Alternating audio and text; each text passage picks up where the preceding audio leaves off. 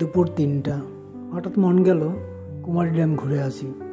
এখান থেকে দূরত্ব প্রায় ২৫ কিলোমিটার, মানে পুরুলিয়া থেকে। আমরা এগোতে থাকলাম রাস্তা বরাবর, পুরুলিয়া ছাড়িয়ে বলরামপুর রোড ধরে কিছুটা এগিয়েই বাঁ হাতে আমাদের সাইনবোর্ড দেখা গেল কুমারী ড্যামের। আমরা বাঁ দিকে টার্ন নিলাম। দুপাশে সবুজ ক্ষেত, গাছপালা, রাস্তা খুবই সুন্দর। কিছু এগিয়েই দেখলাম কুমারী ড্যামের সাইনবোর্ড, কুমারী ড্যাম। এর অপরূপ সৌন্দর্য সত্যি মনোমুগ্ধকর।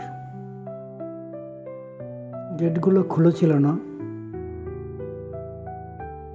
দারুণ। এটা আমি।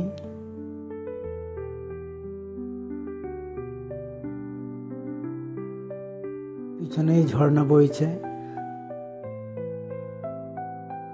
এখানে বসে সময় কাটাতে খুবই ভালো লাগবে। হাই, সবাইকে ধন্যবাদ আমার পাশে থাকার জন্য। আমার চ্যানেলটি লাইক করুন, ফলো করুন। এই জলটাকেই বেঁধে রেখেছে কুমারী ড্যাম।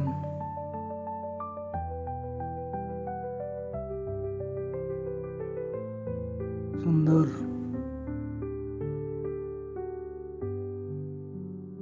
ফেরার সময় কতগুলো মহিলা চাষ করছিলেন, তারা ধান ক্ষেত রোপণ করছিলেন খেতে।